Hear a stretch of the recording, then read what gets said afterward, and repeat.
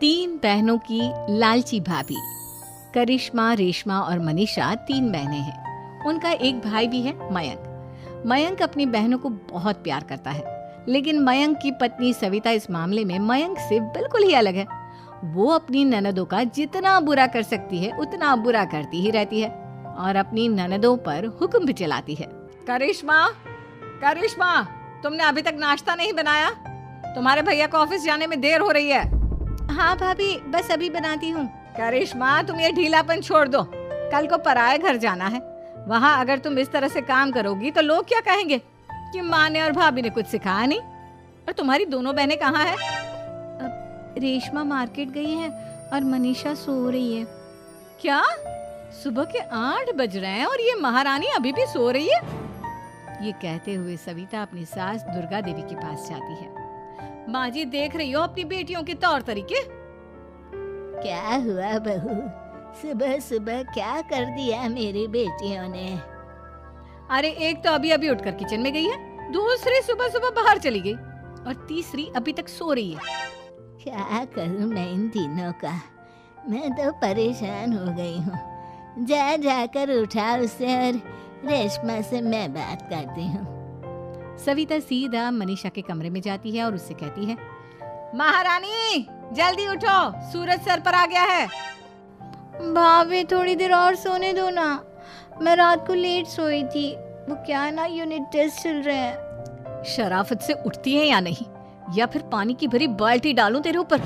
नहीं भाभी, मुझे बिस्तर में नहीं नहाना, उठती हूँ मैं। मनीषा जल्दी से उठकर बाथरूम में चली जाती है। सभी आराम से बैठकर नाश्ता कर रहे होते कि तभी रेशमा बाजार से हाथ में सामान लिए आ जाती है। रेशमा को देखते ही सविता उस पर बरस पड़ती है। लो, आ गई महारानी। ऐसा भी क्या सामान लाना था जो सुबह आंख मलते ही बाजार की तरफ रवाना हो गई? भाभी, कल आप ही तो चीख रही थी कि घर का सारा सामान मुझे ही लाना पड़ता है, घर में किसी को भी किसी काम से कोई लेना देना नहीं है। अब मैं बाजार जाकर सामान ले आई तो आपको इस बात से भी तकलीफ हो रही है? देख रही हो माँ जी, अपनी बेटी की जुबान कैंची से भी तेज चलती है। और मयंक, आप तो कुछ कहेंगे नहीं अपनी लाडली बहन को? रेशमा, अपनी भाभी से ऐसे बात नहीं करते। चलो माफी मांगो। भैया, मैं क्यों माफी मांगू? आप भाभी से बोलिए ना कि हम पर कम हुक्म चलाया करे। हम इस घर की बेटियां हैं और आपकी पत्नी की ननद है, नौकरानी नहीं। लो कर लो बात। इनकी भलाई के लिए कुछ भी बोलो तो इन्हें बुरा लग जाता है। इस घर में यही इज्जत है मेरी। देख लो माँ जी, आपकी बेटी किस लहजे में मुझसे बात कर रही है। सविता वहाँ से चली जाती है। मयंक को बहुत गुस्सा आता है, वो भी वहाँ से चला जाता है। फिर करिश्मा रेशमा को समझाती है, रेशमा, तुम्हें भाभी से माफी मांग लेनी चाहिए थी ना। लेकिन दीदी, मैंने कुछ किया ही नहीं, तो मैं माफी क्यों मांगू? हाँ करिश्मा दीदी, रेशमा दीदी जैसे ही घर में आई भाभी ही उन पर चिल्ला रही थी। हाँ, मैं मानती हूँ कि गलती भाभी की थी। मैं तो इसलिए बोल रही हूँ कि भाभी ने माँ को तो पूरी तरह अपने वश में कर लिया है। वो हमारी बात सुनती ही नहीं। मयंक भैया हमारे लिए हमेशा खड़े रहते हैं, इसलिए उनकी बात का मान तो तुम्हें रखना चाहिए था ना। कोई फायदा नहीं दीदी, कुछ दिनों की बात और है, भाभी उन्हें भी हमारे खिलाफ भड़का देंगे। फिर वो भी माँ की तरह हमारी किसी बात का विश्वास नहीं करेंगे। इसी तरह सविता अपनी तीनों ननदों को किसी न किसी बात पर परेशान करती रहती थी। एक दिन मयंक अपनी तीनों बहनों के लिए गिफ्ट लाया। क्या रेशमा, ये तुम्हारे लिए हार का सेट। रेशमा, तुम्हारे लिए सुंदर सी ड्रेस। और मनीषा, तुम्हें किताबें पसंद है ना, तुम्हारे लिए किताबें लाया हूँ। थैंक यू भैया। थैंक यू भैया। थैंक यू भैया। करिश्मा, तुम्हारा नेकलेस कितना सुंदर है, ये भैया कहाँ से ले आए होंगे? मैंने भैया को 3 दिन पहले फोन पर ये डिजाइन दिखाया था और आज भैया ये ले आए। सविता तो अपनी ननदों के गिफ्ट्स देखकर जल गई और करिश्मा का नेकलेस तो उसे भी बहुत पसंद आया था। अपनी बहनों के लिए कितना अच्छा नेकलेस लेकर आए हैं, मुझे कभी कोई गिफ्ट नहीं दिया। मैं आज ही ये हार चुरा लूंगी। रात में सविता करिश्मा का हार चुरा लेती है और इसी तरह उसे अपनी ननदों की जो भी चीज अच्छी लगती वो उसे मांगती नहीं, बल्कि रात के अंधेरे में चुरा लेती। इसी तरह दिन बीतते गए और सविता ने मयंक के दिल में भी उसकी बहनों के लिए नफरत पैदा कर दी। एक दिन मयंक ने करिश्मा और रेशमा के लिए रिश्ता देखा और ये बात उसने घर में सबको बताई।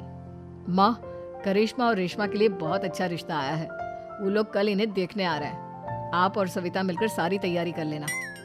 ये सुनकर करिश्मा और रेशमा खुश हो जाती हैं, लेकिन सविता सोचती है, अगर इन दोनों बहनों की शादी हो गई तो घर और बाहर का काम कौन करेगा?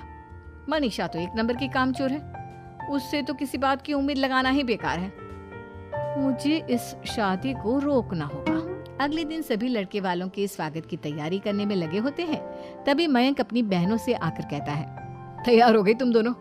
देखो दोनों लड़के बहुत अच्छे हैं, मैं कोई कसर नहीं छोड़ना चाहता, इसलिए तुम उनके सामने अच्छे से बिहेव करना और अपनी भाभी से लड़ने मत लग जाना।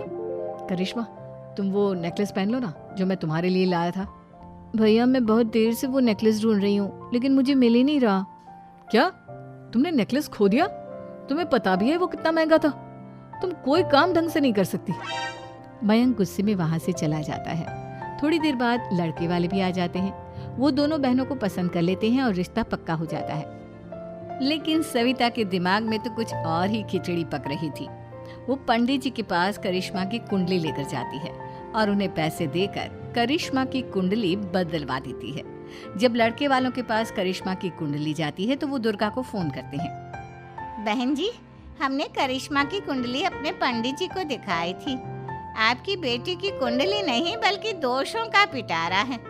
देखिए, मैं और मेरे पति इन सब बातों में बहुत विश्वास करते हैं, इसलिए हम आपकी बेटी से अपने बेटे की शादी नहीं करा सकते। इस तरह करिश्मा का रिश्ता टूट जाता है और सभी घर वालों को बहुत दुख होता है।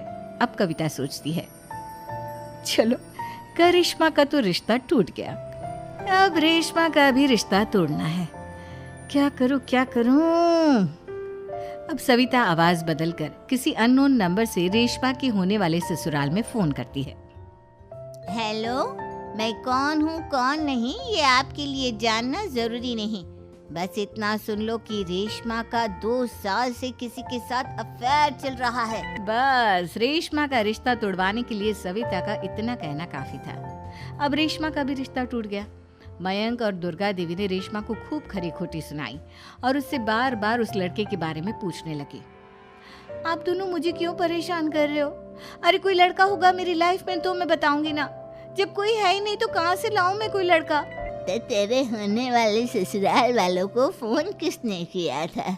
माँ, मैं नहीं जानती किसने फोन किया था, मैं सच कह रही हूँ। मैं तो पहले ही कह रही थी इसकी लगाम खींच कर रखो, लेकिन मेरी सुनता ही कौन है। आप चुप रहिए भाभी, ये सब आपका ही किया धरा है।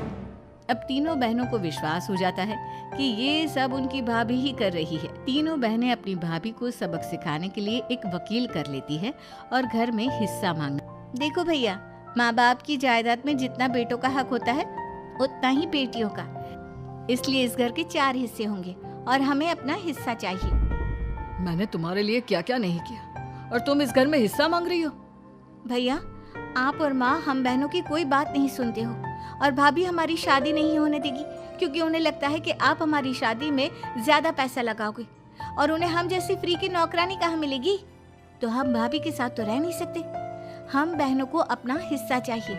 अरे तुम्हें शर्म आनी चाहिए अपनी भाभी पर ऐसा इल्जाम लगाते हुए। वो तुम्हारे बारे में कितना सोचती है। हाँ माँ, भाभी हमारे बारे में बहुत सोचती है, दिन रात बस यही सोचती रहती है कि किस तरह से अपनी तीनों ननदों को परेशान करूं और कभी मुझे पढ़ने भी नहीं देती। दोनों बहनों का रिश्ता भी तो इन्होंने ही तोड़वाया है और रात में हमारे कमरे में आकर हमारी चीजें भी चुराती हैं। इसी तरह सविता की तीनों ननदें अपनी बात पर अड़ी रही। अब कोर्ट में तारीख भी शुरू हो गई। जब सविता को लगा कि उसकी तीनों ननद इतनी आसानी से नहीं मानने वाली, तो उसने अपने पति और सास को सारी सच्चाई बता दी और अपनी तीनों ननद से माफी मांगी। मयंक और दुर्गा को भी अपनी गलती का एहसास हो गया। अब सविता खुद करिश्मा और रेशमा के लिए अच्छा रिश्ता ढूंढती है और उनकी शादी करवाती है।